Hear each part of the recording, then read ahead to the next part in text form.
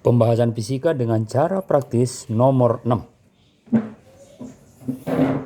Sebuah mobil melaju pada jalan lurus kasar dengan kecepatan 72 km per jam. Nah, ini misalnya mobilnya awalnya bergerak dengan kecepatan 72 km per jam tanpa dipercepat. Jika koefisien gesekan antara ban mobil dengan jalan, nah ini jadi jalannya kasar, adik-adik pelajar ya, jalannya kasar sehingga ada koefisien gesekan antara ban mobil dengan jalan ya, katakan itu sebesar mu. Koefisien gesekan sebesar 0,8 ya, 0,8 koefisien gesekan antara ban mobil dengan jalan. Percepatan gravitasi bumi atau G itu diambil 10 ya, menurut soal 9,8 sebetulnya ya, tapi dibulatkan menjadi 10. Oke, maka jarak tempuh mobil mulai bergerak hingga berhenti akibat gaya gesekan. Otomatis adik-adik pelajar, mobil ini karena berjalan di jalan yang kasar sehingga ada gesekan yang memperlambat. Nah, antara ban mobil dengan jalan kan ada gesekan tuh adik-adik. Itu pengaruhnya memperlambat tentunya. Katakan itu gaya gesek ya. Gaya gesek boleh kita buat karena bergerak kinetis ya. Gaya gesek kinetis, koefisien gesek kinetis. Nah ini. Oke, inilah yang memperlambat dia. Sehingga nanti akan berhenti. Kenapa? Karena diperlambat oleh gesekan perlahan-lahan. Dan akhirnya katakan dia berhenti di posisi ini ya. Berarti Vt sama dengan 0 adik-adik pelajar. Ya, maka pertama sekali kecepatan awal ini kita ubah menjadi meter per sekon. Nah, ya, caranya adalah 72 km. Kita jadikan kilometer menjadi meter, berarti dikali 1000 adik-adik pelajar. Berarti 72.000 ya.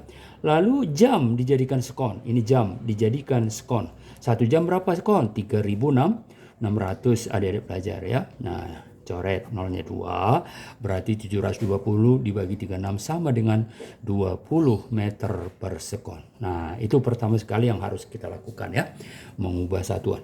Maka tugas kita sekarang adalah mencari perlambatan yang dialami oleh mobil menurut hukum Newton kedua.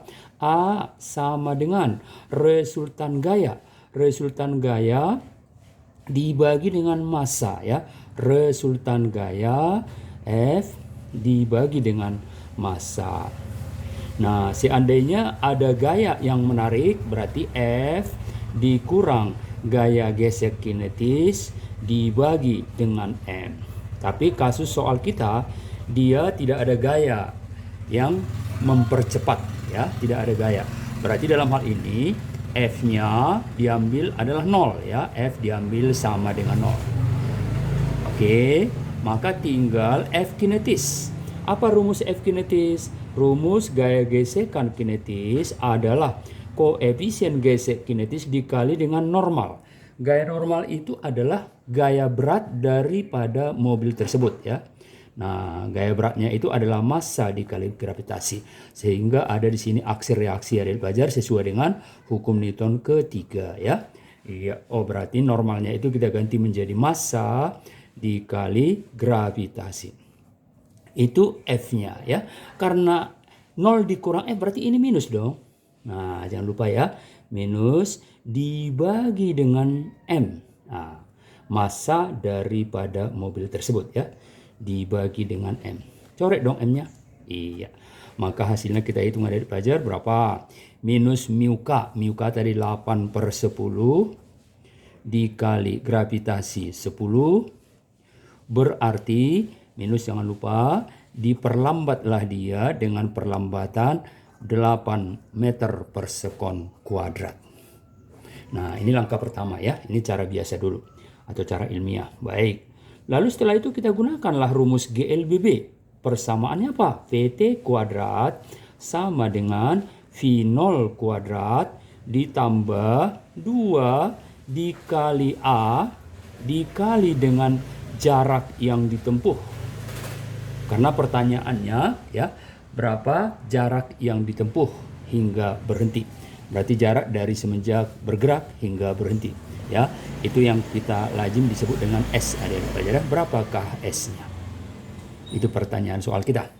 Nah, sekarang tinggal kita masukkan angka. Berhenti berarti VT-nya 0. 0 sama dengan V0 kuadrat. V0 kuadrat tadi berapa? 20. 20 kuadrat berarti 400 adik pelajar ya. 400 ditambah 2 kali minus 8. Sama aja plus dikali minus. Minus 16 adik pelajar. 2 kali 8.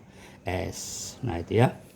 Sehingga kita pindah ruas ke sebelah kiri menjadi plus 16S sama dengan 400. Ya, 400. Sehingga dapat kita tulis, kita hitung bahwa S-nya adalah 400 per 16 berarti berapa? 25 meter lah jarak yang ditempuhnya. Nah, itu cara ilmiah adik pelajar. Sekarang kita lihat dengan cara cepat. Tidak perlu 2 langkah adik pelajar ya, cara cepat.